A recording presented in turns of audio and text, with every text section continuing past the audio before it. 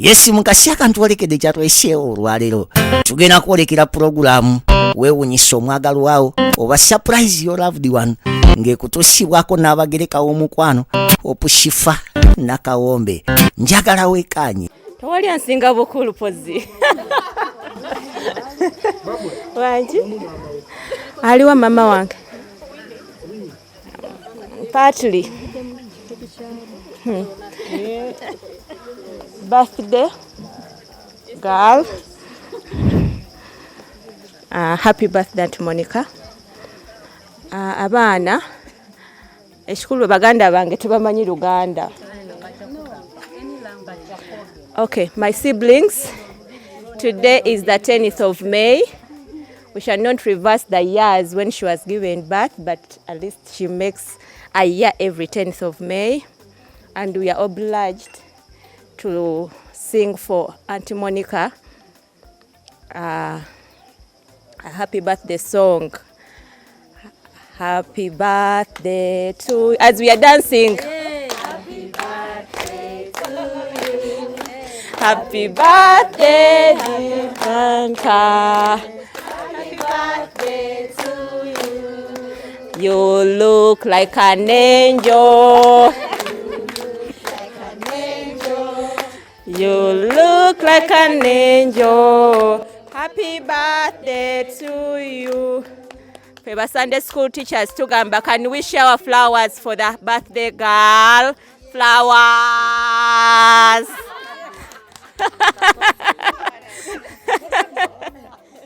So, happy birthday, Auntie Monica. We wish you all the best. And we are so obliged to have everybody here on this great day. Happy birthday, Auntie Monica. Thank you so much, Shifa. Mama Barbara, thank you so much. May the Lord bless you and may the Lord surprise you. Amen. Thank you. All right. I would get emotional. That is me when I'm happy and I'm so much in love. Yeah. Noza Auntie Monica kyeyansiiga mukwano bannaye wenjagala mba simanyi kugulaga naye muli gumba nfa. Ndowooza njeetaaga mu training y'okulaga naye nga we love you so much and okay. Happy birthday, Melissa. Mama Barbara, thank you so much. She deserves this and more. So webale nnyo kubanga wakirowoozezza Mukama akuwa omukisa.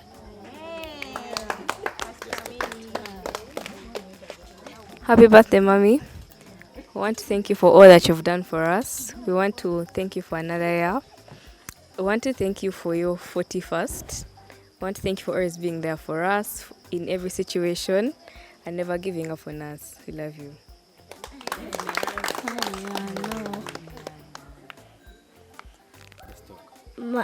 I thank you, Mommy, because you're the best mom in the universe.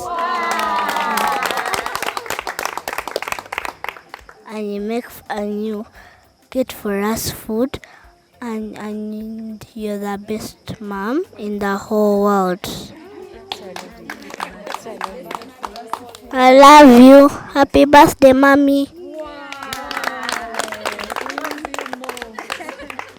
Happy birthday, Mommy, from me and the family. We thank you for loving and caring for us since we were babies until now. We thank you for waking us up in the morning to go to school. Although it may seem like a small thing, we really take it dearly and we hope that you live till 100. Happy birthday, Mom. Congratulations, Mommy, on making another year on earth. We pray that you stay with us until we also grow old and have our own children. One, thank you for being sweet, for being loving, and for not giving us up on us until this moment. We pray that you live long enough to see us succeed, and I pray that you can take care of our kids as well. Thank you.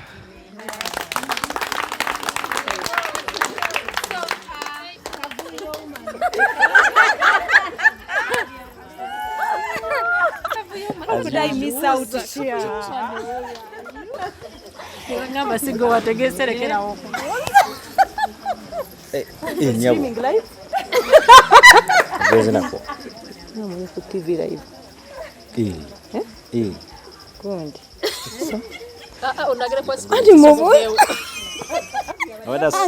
Ono yasembayo. Abadde asomesa fertilizers mu Musonyiwa. Harange.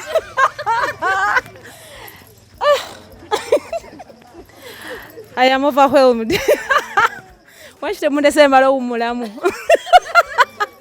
Anyway, thank you people. I don't see who is here. As usual, I cannot miss out on such a thing. I had my dad in hospital, so I was in hospital, but it was not an easy thing to miss out. Monica, happy birthday. Happy birthday, baby boy, on Monica's behalf. I don't know what other people have talked, but I can start from there. Monica is such a special person to all of us, to an extent that I said, even if I come for 5 minutes, I'll be happy to be here. Thank you for the organizers. Aunt Charity invited me yesterday. I had many things to do, but I fought so hard to be here. Thank you for being a nice girl. Monica is one person who will be there for everybody. I said, even if I come for 1 minute, Monica would exactly do that. So I want to appreciate you, Monica, before you die. Because people give speeches. Yeah, people give speeches when people have died and they never get to know. So Monica has this special heart. She loves everybody. She will be there for you. Like some of us, she will be there for us more than even EPHRAIM. And this is really known to everybody. Not that EPHRAIM is not there, but she fills the gap. So EPHRAIM, you're so blessed. You're so lucky to have a wife like Monica. The boys and the girls, you're so lucky to have a special mother like this. She's 1 out of a million with a good heart. Monica will give up everything for you just to be there in person. So I had to be here. Thank you, Monica. May God give you many more years. The message I gave you in the morning is from the bottom of my heart. God bless you. Enjoy your day, ladies and gentlemen, and thank you for inviting me.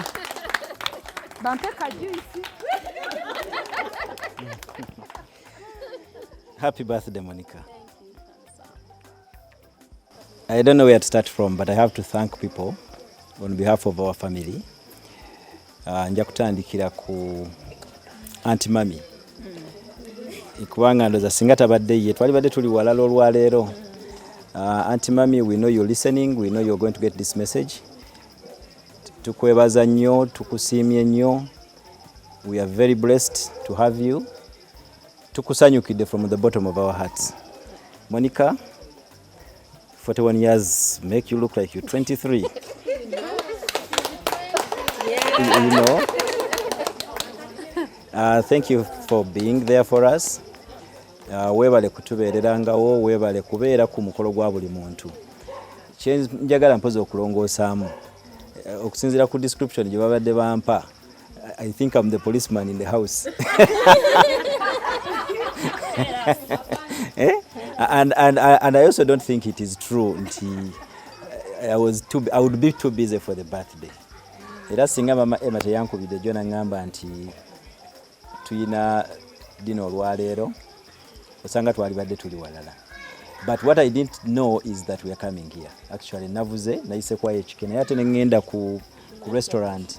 Kakati we ntuuseyo in the back parking nga ndaba there are no signs of people. That's when I called and came back. Naye nga tusiimye nnyo for this surprise. For somebody to take time and think about this, I can imagine what is involved. Kubanga nembimulinda byomu kumpi $, zinemye okubala sagadde zikwatako nga ziyinza okwonoona omukolo. Nga nannyini mukolo ayinza okuloza $, ngenda zimuterekera nzibalire mu zaakameeza. But happy birthday. We are very blessed, we are very happy, we are very glad. And most importantly, we are happy that for 41 years, I'm making my 47 2 months from now. At least we don't have any complications in the family, we don't have any complications in life. And that's the very big thing. Today I was talking to a friend whose mother is 47 and she does dialysis 7 days a week. So she has diabetes, she has pressure, she has cancer and everything. And when the boy told me that, the boy stays in South Africa, I've always looked at him as a big boy. I thought he's like 35, but he told me my mother is 47 and I just put my car to a money lender to pay 80 million shillings for getting her out of hospital. So, and I think twagala kyebaliza Katonda okubeera ne mweje emyaka nga tewaliwo complication. We have so many friends who are not as well. And these are people who are not careless with their lives, but things happen. So twetaaga okwebaza Katonda olwa buli mwaka okugenda maaso. Happy birthday. Enjoy. I don't want to make people emotional. Thank you very much, our children. Thank you much for the sisters. We thank God for the sisters of Monica, Auntie Madrine, Auntie Charity, Tata Emma, Uncle Jimmy tumumisinze ndoza taliwo. I've not asked where he is. Thank you very much for hosting us here. Mwebale omukolo, mwebale kubitukolera byonna. Thank you very, very much from the bottom of our hearts. We appreciate it. Happy birthday. Okay. Katsoke tufune omukyalo ono, then tufune ba sisters bomugole, then out tufune omugole, so tugende ku cake yaffe, we call it a day. Nayambadde kamasiki kano lwa nsonga nyinamu kasenyiga kantawaanya.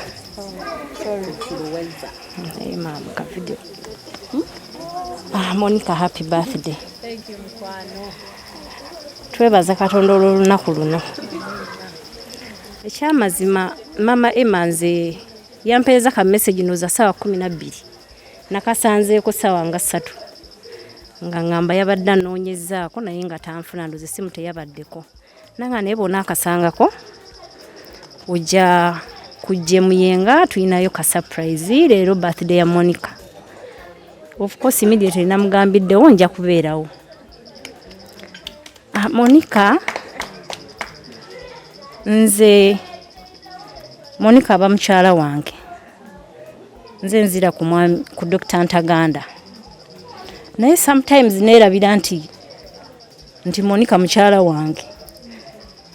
Like we be like sisters. Thank you for being so good. Era nga bwe naweereza ku kaforamu ku makya nengamba nti you're such a blessing to our family. Oli muntu oyagala abantu, oli muntu kwegamba ekya surprise eno, yes mama Barbara yebale okikola naye Monica kwegamba waliwo ekintu kyogamba nti kyewuunyisa nnyo naye Monica ebintu ebisi abakikoleredde kubanga abantu abaagadde abawa obudde bwe kwegamba ebintu ebimu bigenda ne bibaawo n'obisanyukira n'ogamba omuntu yebale kirowoozaako naye ng'olabira ddala nti mu butuufu omuntu akisaanidde. Monica webale kubeera muntu mulungi, webale kwagala bantu. Mukama ayongere okukuuma ng'oli bw'otyo. Mama Emma, Madrine mwebale nnyo okutegeka n'abantu mwenna abeefiriza obudde bwammwe ne mubaawo. Mukama abawe omukisa. The sisters katubafune then tugende ku mugole. Baza Katonda olw'olunaku luno. Ne twebaza nnyo baba waffe mama Barbara.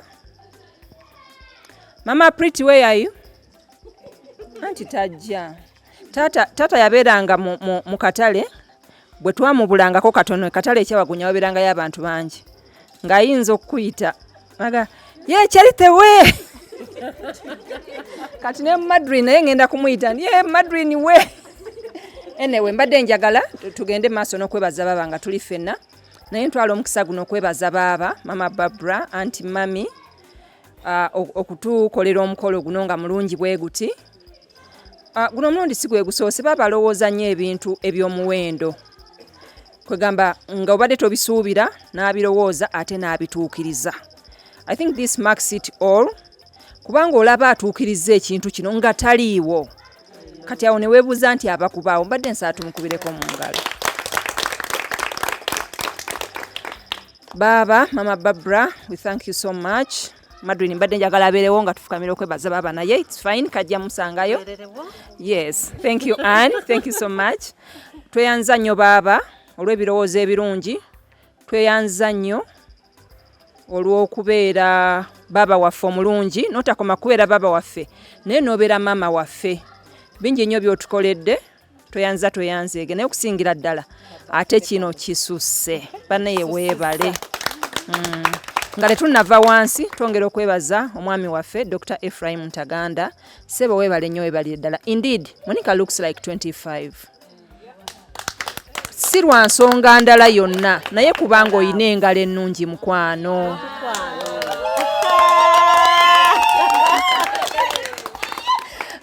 Katonda akongere engalo ennungi ezo, Katonda akongere omukwano, Katonda akongere ebirungi bingi, ayongere okubawangaaza mwenna. We just wish to see you people growing older and older together. Mukama waffe yeebazibwe, tweyanzeege. Mpozi ne neebaza n'omwami wange mwami ga Fred, weebale nnyo weebalire ddala. Omwami oyo gwe mulaba naye ali part of Monica okubeera happy at 41 kubanga yalaba Monica nga Dr. EPHRAIM tannamulaba era oba oliawo yensonga lwaki Dr. EPHRAIM oyo yeegomba Monica nga alabika bulungi kubanga yakulira mu mikono gy'omwami oyo. N'olwekyo daddy tati tweyanzeege weebale nnyo okulabirira abaana ate abaana ne bakula nange okundabirira oba oliawo naye ndikyakulabirako kirungi yensonga lwaki na bano nabo bakuze bulungi. Tweyanzeege. Thank you so much Anne. Pozi nammwe nembeebaza mwenna baganda bange abali wano okujja, ekyamazima teri n'omu atazze. Gwe mbadde nsuubira obutajja abadde Aunty Aggie naye amaze najja naye ng'ate ye yasoose okumpa positive answer nti nja kubaawo. Naye ndowooza it was all God's plan kubanga yaŋŋambye saa meka 11 nemugaye naye yajja kujjawo towards 12 naga nja kubaawo atuuke nga wendi nziruke kubanga nyina bino na bino nga bwe mmanyi Agnes n'obwabbize bwe. Naye abakubaawo ku 11 nga ayagala genda ku 12 ne bwe yandigenze ku emu yandirese Monica tannatuuka oba yandibaddewo ng'ali ku bunkenke. N'olwekyo twebaza nnyo Katonda kubanga ayina plans ennungi yensonga lwaki Aggie yabadde engaged and at last she's here at the right time. Mwenna mbeebaza mwenna kubanga obusimu bwavuze abantu nga bwe muli wano omuntu gwe saakubidde essimu ye Emma yekka kwa Emma ne Daddy kwa Emma namugambye maaso ku maaso eggulo ne muga Emma enkya kigenda kuba bwe kiti ne Daddy naye namugambye ne Daddy ye mugambye ku makya. In fact Daddy nalinzeeko nga njagala Dr. EPHRAIM amalo confirminga nga saagala oli abeerewo yekka, otherwise mbadde manyi omwami ajja kubeerawo yekka so ninga kyansonga ne Daddy okubeerawo. N'olwekyo tweyanzeege.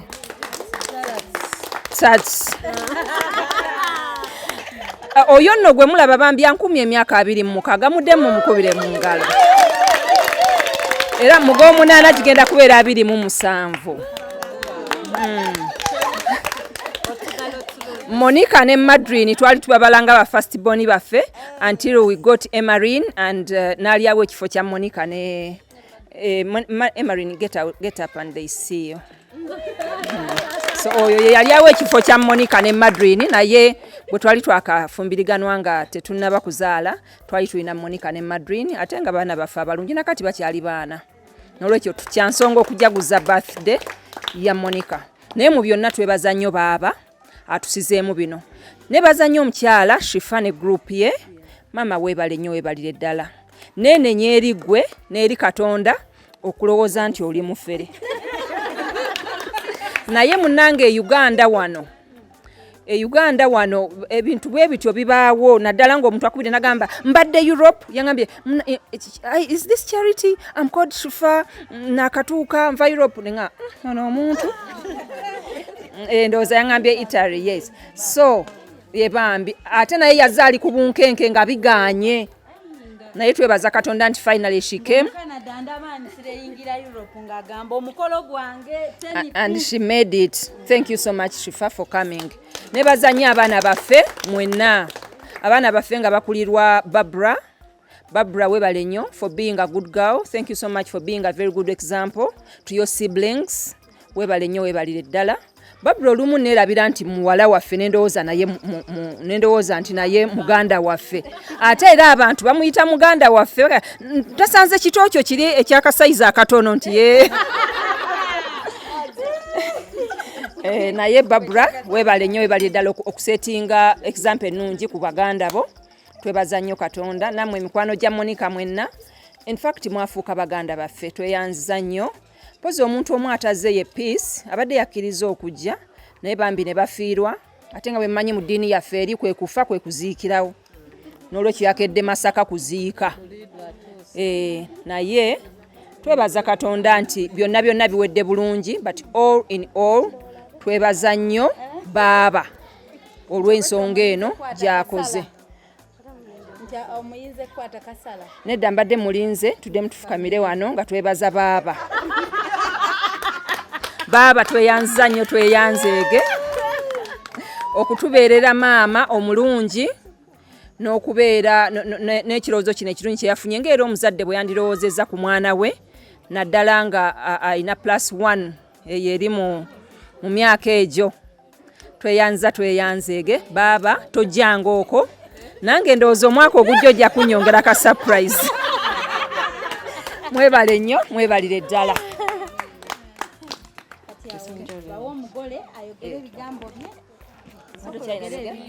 Nange njagala kuwisinga baby sister happy birthday. Monica, happy birthday to you. I love you so much. Saagala kwongerako bingi nyinza okukaaba. Kaaba mangu. Nze binsanyusa binkaabya.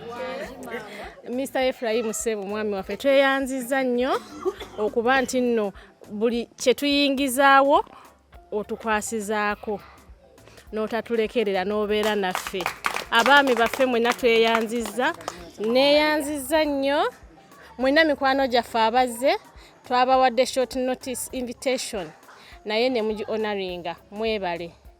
Neebaza nnyo mukulu waffe, neebaza nnyo baaba, neebaza nnyo mama Babula eriwo.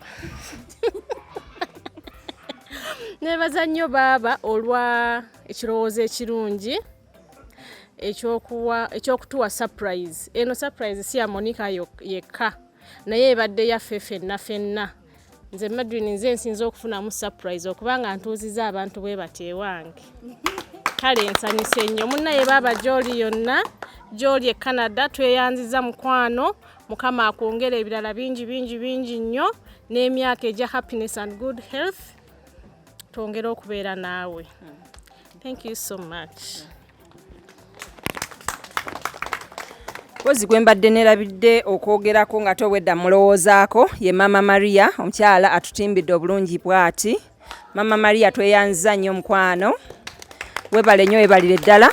Baba yabadde ngamba nti ne bwe tekyetaagisa kutimba. Naye olavuddewo nankubira essimu ekiro. Naye bamufuneyo ka photo booth. Kati Mama Maria nenkola ki? Ne ngamba Madwin tunaagira tutya photo booth biki? Naganza atenkera ku office. Nanzijukiza naye wali ono omukyala w'ekanyanya. Mama Maria ne muweereza ka message ekiro. Naye yakasanzeeko ku makya. And she responded positively. Webale nnyo mukwano webalire ddala. Thank you. Tweyanziza bambi nsiimye tiimu actingirawo mangu. Kale katufuna omugole naye atubuulire ebigambo bye awo tumale tumukwasa akasala. Tulokalire tukyagera maaso ne pulogulaamu y'enganzi weewunyisa omwagalwawo oba surprise your loved one ne n'abagereka w'omukwano Hope Shifa Nakawombe. Katukomewo. Mikwano abooluganda mwenna Mukama yeebazibwe. Mukama yeebazibwe nnyo. Simanyi wa kutandikira kye kituufu. Kubanga bukyanga neepanka leero ndoza bimpeddeko. Bimpeddeko mukwano gwange Vicky South Africa yakedde kumpeereza message. Nampeereza message ennungi namaliriza nga ngamba muganda wange kankusabire ofuneyo surprise and act as if you're surprised. But sagala okale nnyo. I don't know whether she knew about this. I think she didn't. But she knew that Mr. EPHRAIM normally, does surprise me most of the times. I think that is where she best saying what she said. And friends, because she has naye mu byonna bwe batuuse okunsurprise nga neerabidde Vicky kye yaŋŋambye nti act surprised bimpeddeko kwegamba n'ensiriira naye mu byonna libadde essanyu mbadde shocked mbadde surprised tekyampiseeko wadde mu bwongo wadde nti nno ki mbadde mmanyi ngenda kusanga bantu batono nnyo awe kawungeezi ng'egye bibadde biri byakwanguwa yanguwa nagambye bannange wadde tugenda ku meeting nga tuli batono nnyo naye Winnie saamugambye baba mama Emma baamugambye kati engeri obudde gye bubadde bugenze ne ŋŋamba bwe naalinda okubuuza mama Emma oba yagambye Winnie ne Barbara ate obudde bweyongera genda kyenva mbakubira amasimu ku last moment nga ntuusiza abaana okubajja ku ssomero nenkubira Winnie nenkubira Barbara kati nga mmaze okumanya nti tugenda kubeera ku dina nze Madrid Charity ne doctor neŋŋamba nina abaana kambagambe basically nga kantu kali very brief but not to let the day just go like that naye ndowooza Katonda kwegamba simanyi ngenza okutuuka wano nga nengera mikwano gyange nengera Dr. EPHRAIM nengera abantu abangi mpulidde nga bimpeddeko bukyanga neekaza nga bimpeddeko njagala okubeebaza mwenna njagala okwebaza anti mami njagala okwebaza baaba abadde njogera naye ndozanga nsika eriyo awulira oba nnyina kyemmanyiiko naye engeri gye program gyeyafu olwaliro nakedde ku makya nga mmanyi nti ngenda kubeera nziremu messages ez'abantu ze bampeereza ngende mu saluuni sigenzeeyo nkole ka massage kwegamba olunaku lwange mbadde nalubaze ekawungeezi ngende endya eddina ne anti Maureen abadde yangamye tagenda kuntwala ku ddina omwana n'angamba mulwadde Martin so nenkeera mu ddwaliro nvuddeyo ssaawa 8 nga siina kwegamba olunaku ne lubeera nga disorganized. Hardly did I know that there was this massive arrangement. Nebaza Mukama olw'emikwano, nebaza Mukama olw'okwagala, nebaza Mukama olw'oluganda, na Barbara ne yanziza nnyo ne yanzeege. Annange Monica fukamira. Fukamira tebakukubira. Ma Barbara ne yanziza nnyo ne yanzeege. Nsiimye omwana wange Winnie yagambye nti namusiiga okwagala okungi naye ate nga tetumanyi kulaga. Kyekituufu okwagala kwenyimba nako mu mutima singa nsobola okulaga nga bwe nkulina. Ono yandibadde yafadde.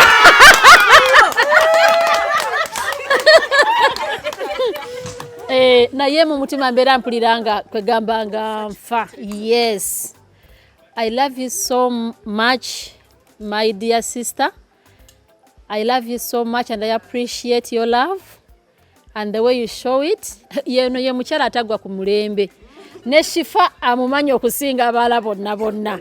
Kwegamba amanyi ebyo bigenda ku mulembe. Ebyo biri ku mulembe abeera abimanyi. Yabagambye mutekewo photo booth. Ono mukyala atagwa ku mulembe baba ne yanziza. It's because of akubye ne video call omulage. Yes. Yo mama Barbara auntie mami. Abeera nga ali standard all the time.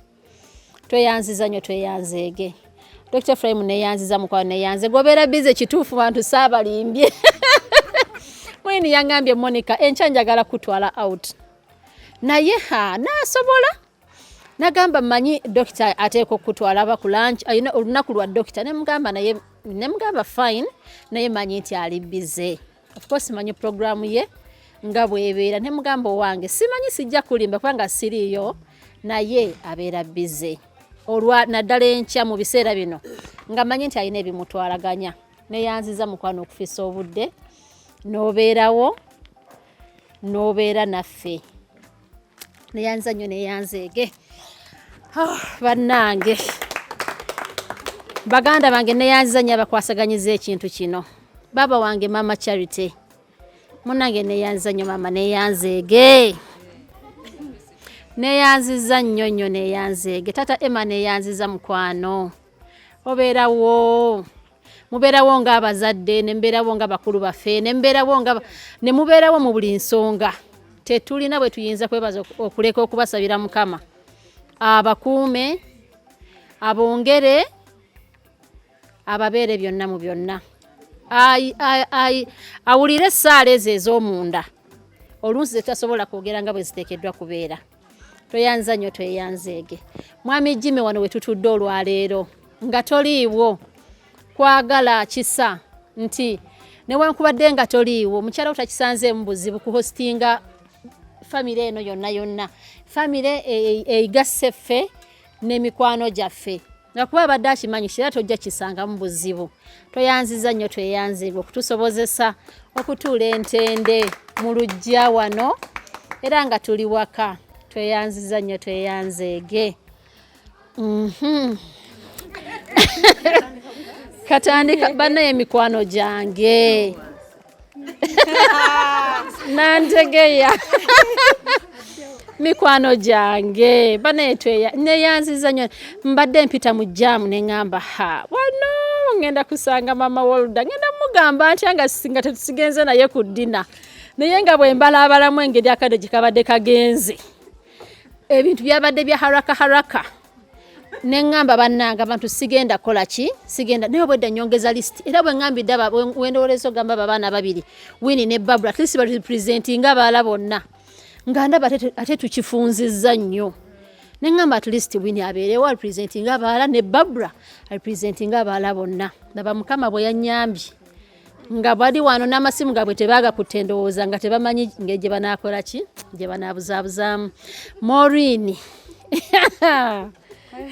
nkutawaanyiza mukwano naye ensonyiwa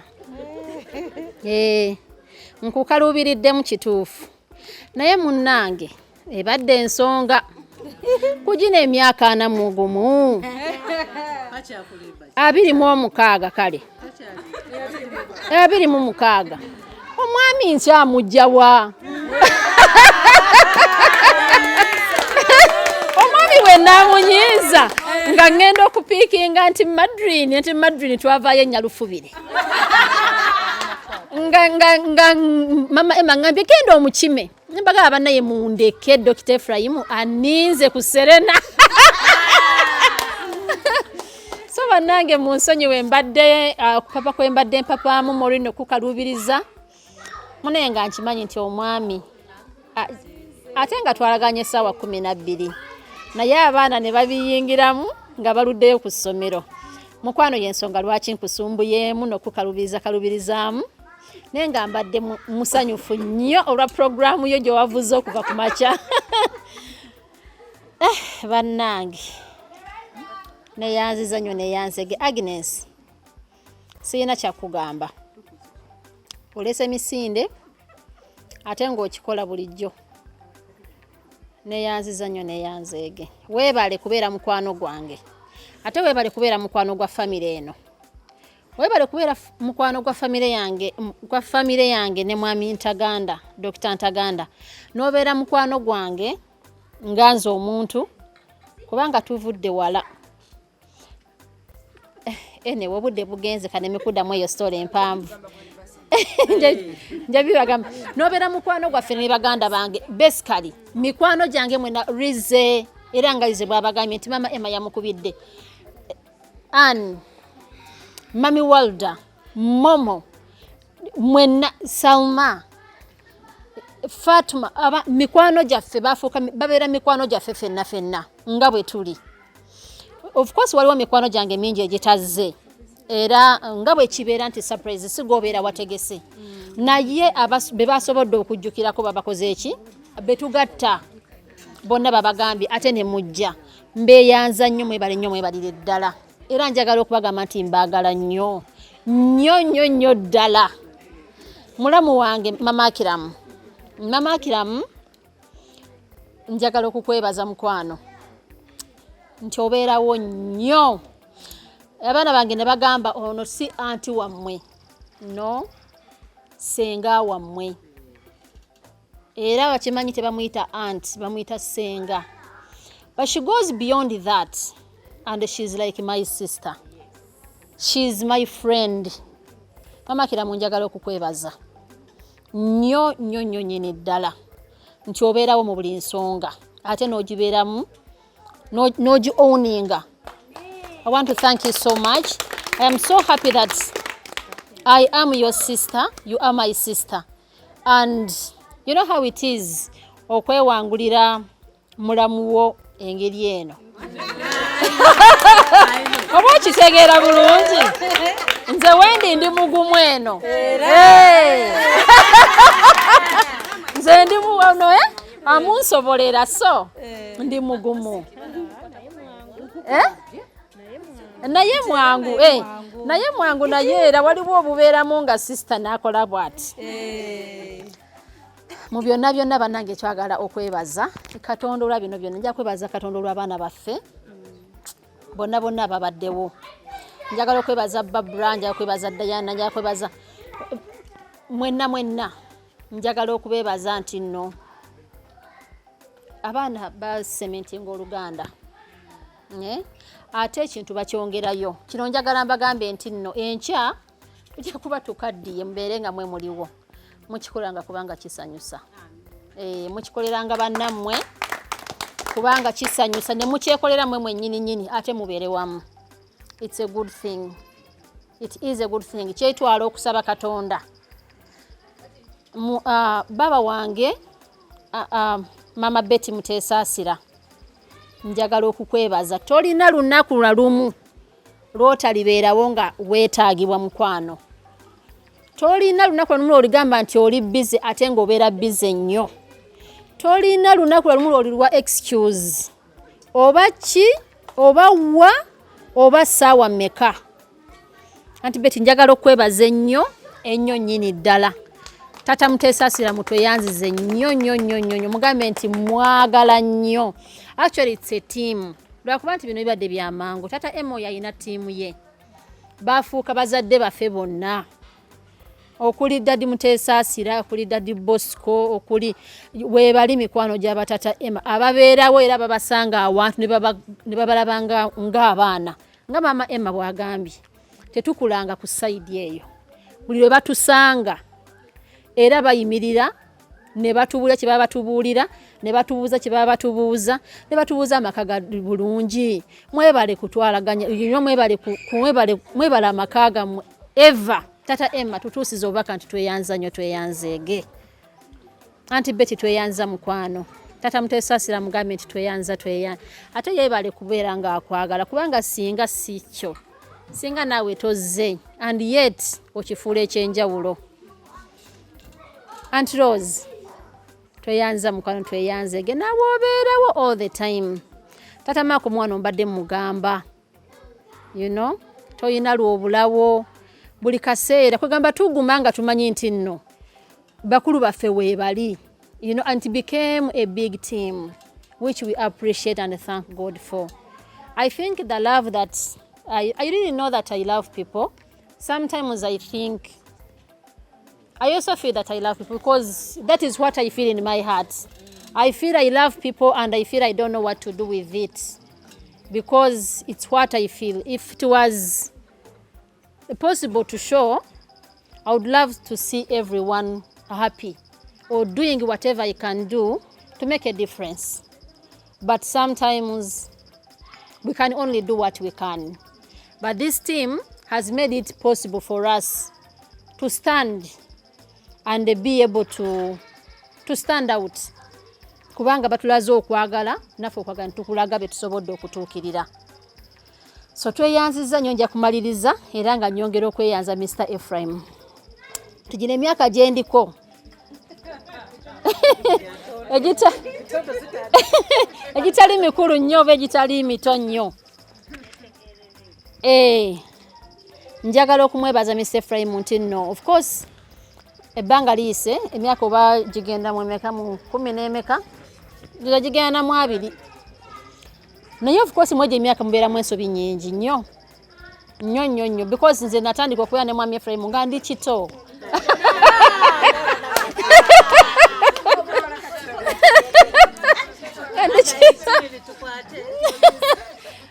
kwegamba nti nno amagezi njagamba nti nayiga okutandika okutegeera obulungi nga mbeera n'omwami wange.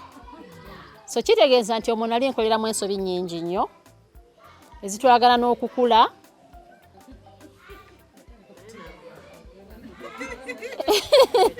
Yes, maturing up, I was with him.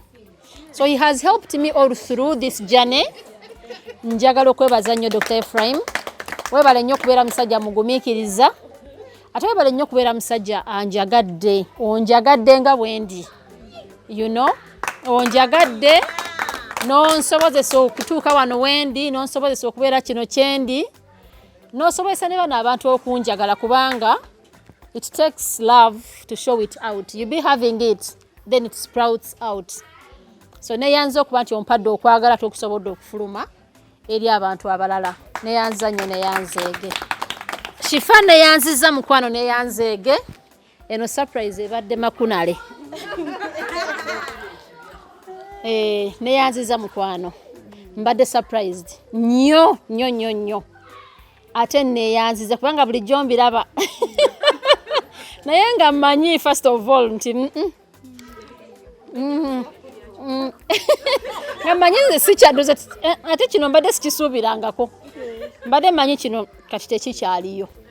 Surprises tujagenda ku dinner sangeyo naye ekyamazima this is too much. I didn't expect it. Njagala okwebaza mukwano nti okimanaginze ate okikoze bulungi nekiwooma. Webale nnyo webalire ddala. Cake mababula utaddemu sente nnyingi mukwano. Nnyingi nnyo nakyo njagala okikwebaliza. Ate $1 nzo zimpitiriddeko bannange. Abadambuza makiramu naye zino $1 decoration oba ntuufu. Makiramu nangamba bannange. Neyanziza nnyo neyanzeege. Abaana bange Junior Melissa, Michelle mwenna. Speech nebaza mukama nti bannange abakozeemu omulimu abaana bange tebakirowoozezaako nti bagenda kwogera. Ne Miranda njagala okwebaza mukama olw'ekirabo ekyo era njagala okubasabira mweyongere mukama abongere amagezi ate abongere okubeera awamu abawe unity abawe wisdom abawe unity. Bino namwe mubikolanga nga mukuze okitegeera mubikole mwenna as a wide family namwe mwennyini as you. Like I always tell you. But this is nice. Isn't it nice, Martin? Yeah. So mukikolanga every day. Banaye nsobola okwogera ndowooza paka enkya naye nsaba ndekeraawo neyanziza nnyo neyanzeege. Banaye munyumirwe. Tata Pretty tukusubiddwa nnyo naye tweyanza nnyo tweyanzeege okutuhostinga in your absence. Okay. Tweyanziza nnyo tweyanzeege. Twebaza twongera okwebaza mwenna ababaddewo olunaku olwaleero. Nebaza client wange omulungi eyancontactinga nanneesiga nantuma olunaku olwaleero. Nebaza mwenna ababaddewo ne mugumiikiriza nga tulinda omugole tatuuka mwakedde. Thank you so much. Mbajjukiza nti oyita ku +256 782 10 15 69 +256 702 56 21 57. Bwetyo bwe tukikola lwa Sunday ku Baba TV ku YouTube oteekamu Yewunyizza omwagalwawo surprise your loved one. Ab'ebulaaya kwe balabira okwo n'omukanada okwo kwe yandabira. Nangamba nange nyina omuzira wange. You always mention bahiro nange nyina wange. So netuteesa ne interesting olwankubira nanneesiga. Tweyanziza so nsaba akambe kaakano basale keeke tugenda kubala okuva ku 41 mpaka ku 0. So kamveeyo sobola okubeera comfortable kanonka wani. Okay, tugenda kubala kuva ku 41 tukwate akambe. Okay, tutandike 41 40 30 20 10 5 4 3 2 1 0.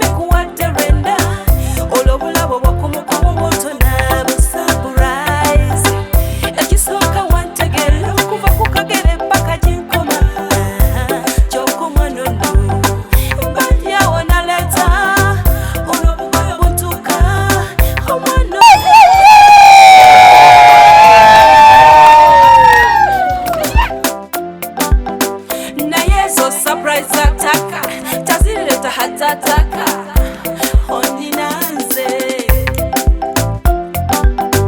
hokoza birungi kyenda sobi aibine birungi rwenda kulukumi kuwadde rwenda olobulabo bwakumukomo bwotona busa. Okay, tweyanziza nnyo tweyanzeege twebaza Katonda olw'omukolo omulungi. Thank you so much mukwano munsiibule munzikirize mbasiibule nti agenda kuzaayo. So omukolo tugugaddewo abali ku rush basobola okgenda abasigalawo it is okay. Abaana basobola okujja wano bajoyininga abazadde naye nga munzikirize ngambe nti bye bye. Thank you. Okay. obadde oli mu kulaba Opishifa na Kawombe tusinkane nate.